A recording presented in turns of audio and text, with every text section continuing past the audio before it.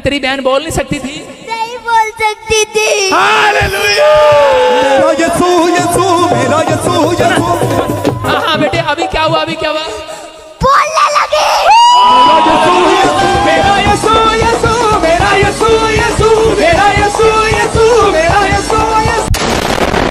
चेतावनी, ये वीडियो बच्चों और यीशु के मुरीदों के लिए तो कतई नहीं बनी है, क्योंकि इस वीडियो में आगे चल के बहुत गंदी गालियां बकने जाने वाली हैं। तो कृपया करके आवाज निरोधक क्षमता रखने वाले यंत्रों को अपने कानों में घुसेड़ लें, वरना जो भी आपके घर में होगा उसके हम जिम्मेदार कतई नहीं होंगे।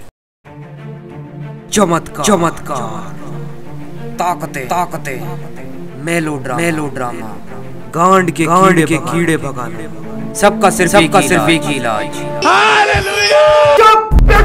अब ये हालेलुया असल में है क्या, इसको हम आज विस्तार से पहचानेंगे, जानेंगे, और उसके बाद कुल मिला के इन फेक पेस्टरों की गंदी गेंद फाड़ेंगे। अब फेक पेस्टर क्या, वो हम आपको बताएंगे आगे। उससे पहले इंट्रो कर लेते हैं। तो शुरू करने से पहले जगाते हैं अंदर परशुराम और करते हैं सादर प्रणाम। जय श्री राम।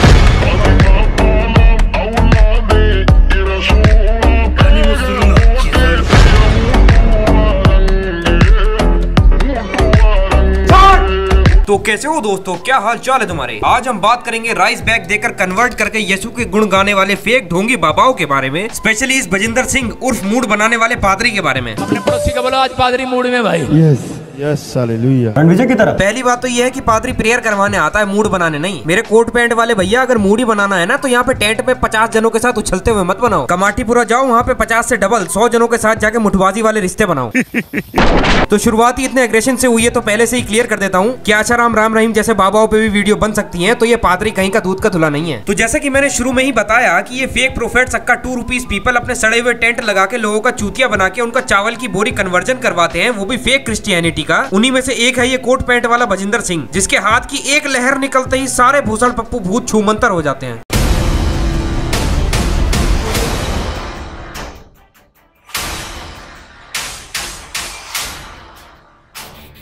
लगा ले भोसड़ी के 2-4 लोड़ा लसन वाली इफेक्ट और डाल दे इसमें। और ये चूतियापों की लिस्ट इनकी अभी से ही नहीं, पिछले कई सालों से इनके और इनके भक्तों की चली आ रही है। Bloody bugs. मेरे को एक बात समझ में नहीं आती कि 21वीं सदी के टाइम पे लोग इतने ज्यादा चूतिया कैसे बन सकते हैं। सामने जादू टोना चल रहा है, पीछे 20-25 लोग कोट पैंट पहन के नाच रहे हैं। भाई ये कौन सा तरीका है भाई? MLM की मीटिंग में आए हो क्या? अंधे हो भोसड़ी के, कम से कम मुठबाज तो मत बनो। इनके जितने भी सो कॉल्ड चमत्कार होते हैं सारे के सारे टोटली स्क्रिप्टेड होते हैं, जिसमें ये लोग कुछ नहीं करते, सिर्फ आने वाले इनके भक्तों के हाथों की कोली में थोड़े से चावल भर के इनका क्रियाक्रम फेक क्रिश्चियनिटी रिलीजन में कन्वर्जन करा देते हैं। उसके बाद और कॉम्प्लीमेंट्री दान पात्र तो ऑब्वियसली कंपलसरी है ही। इतने ही ताकतवर है हमारे कोट पैंट वाले भैया। तो कोविड में जब मरीजों की हालतें खराब हो रही थी, तब क्या ये अपने टेंट में बैठे हुए गांड खुजा रहे थे? तब तो सिर्फ भूत याद आ रहा था ना, भूत तेरी माँ की चूत। बेसिकली सबसे पहले इनके टारगेट पे होते रूरल एरिया वाले, और जो ज्यादा पढ़े लिखे नहीं होते उनको ये लोग अपनी बकचोदी, उछल कूद और चूतियापे से इम्प्रेस कर देते हैं। प्लस थोड़ी बहुत स्क्रिप्टिंग भी लगती है। और फिर क्या मजाक चल रहा है क्या?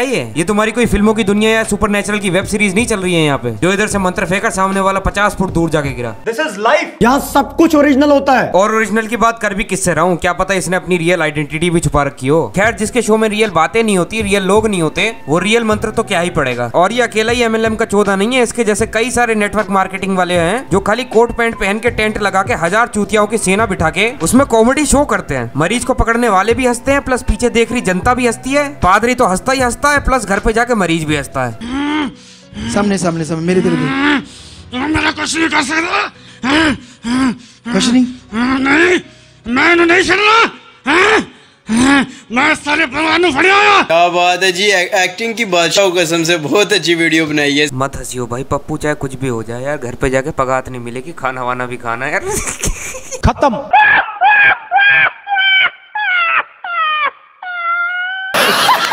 और पीछे म्यूजिक देख रहे हो कितना रोमांटिक, आहा, संगीत बज रहा है पीछे, जैसे किसी की सुहाग रात की तैयारी चल रही हो।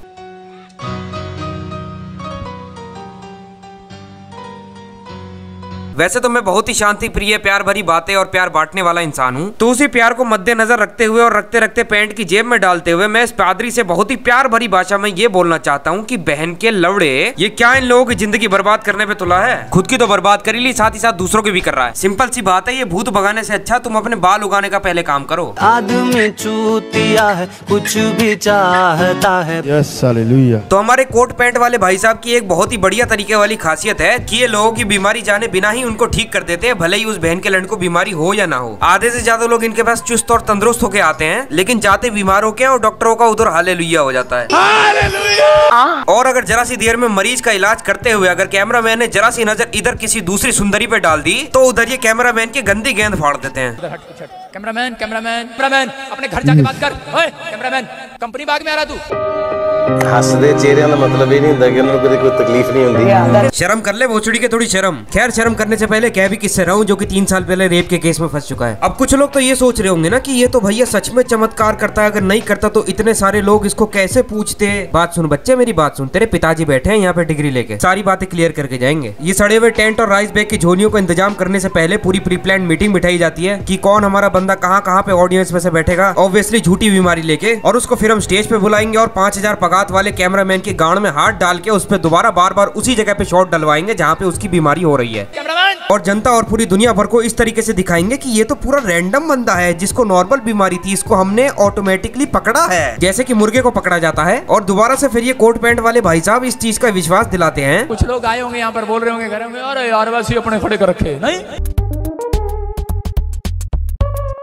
ये वही लोग हैं जो बचपन में स्कूल की कैंटीन से चॉकलेट चुरा के घर पे जाके घर वालों को शो ऑफ करके दिखाते थे कि मेरे को तो लौंडिया ने गिफ्ट करी है। आसान शब्दों में चूतिया बनाने का शौक था, शौक है बचपन से। और उसी शौक को इसने अपनी शादी के बाद बड़े ही धूमधाम से बहुत ही बड़े पैमाने पे करना चालू कर दिया। चालू से मुझे याद आया, चालू तो मेरी 997वीं मकौड़ी भी थी, उसे भी बहुत ज्यादा उछलने का शौक था। मेरा यसू यसू पे डांस करने का बहुत ज्यादा शौक था, तो यही उसके नाचने की दरिंदगी उसकी नाकामयाबी का कारण बन गई और वो अपना करियर, प्यार, मोहब्बत और खासकर मैं मकौड़ा सब कुछ गवा बैठी और यसू के गुण गाने लगी और उसे कुछ लौड़ा कुछ फायदा नहीं हुआ। क्या बात है, आज यीशु मसीह मूड बना के आया है। भाई कितना फेंकेगा मेरे प्यारे वजिंदर, जितनी लंबी फेंकेगा ना उतने ही लंबे चौड़े लौंडे मेरे जैसे तेरे सामने आके खड़े हो जाएंगे, और इतने हो जाएंगे कि पीछे नाचते हुए लौंडे लौंडियाओं को पगात देना मुश्किल हो जाएगा तेरा, फिर वो भी थूक के और मुंह में मूत के जाएंगे। तो इससे पहले कि हम आज के समय को खत्म करें और जाएं, गांड दबा के भागने से अच्छा तो यही है कि इस समय को बांध के जाते हैं। तो अर्थ क्या है कि बकचोदी और उछल कूद इतनी है, हाई हो जाएगा आपका पारा। जब देखोगे तो मन करेगा पकड़ लूं किसी नदी का किनारा। और ये गंदा धंधा अपना बंद कर दो, नहीं तो यहाँ से लौड़ा फेंक के मारूंगा ना, बहन के लौड़ा पूरा खानदान छूट जाएगा तुम्हारा। तो जो कसाई एटलास तुम्हारे हिसाब से इन जैसे ढोंगियों का क्या होना चाहिए? मेरे हिसाब से इनकी जहाँ से हवा निकले उधर सरसों का तेल डाल के इनको हवालातों के पीछे बैठे मुस्टंडों को सौंप देना चाहिए, तभी इनको अकल आएगी, और कुछ को तो तब भी नहीं आएगी। तो बस फिर आज के लिए इतना ही। तो अगर तुम्हारी कुछ आंखें खुली हैं तो कृपया करके उसको खोले ही रखा करो। किसी भी बंदे पे इस तरीके से अंदर ट्रस्ट कभी नहीं करना चाहिए। पहले चीजों को जांचो, परखो, पहचानो, उसके बाद डिसीजन लो। तो बस अगर समझ में आ ही गया है तो क्या कर रहे हो, सब्सक्राइब दबाओ या लाल बटन को ग्रे करो, साथ ही साथ घंटे के पर लगाना और मुझे इंस्टाग्राम पे फॉलो करना मत भूलना। तो मिलते हैं नेक्स्ट वीडियो में, तब तक के लिए आपका अपने एब्सोल्यूट और दुश्मनों की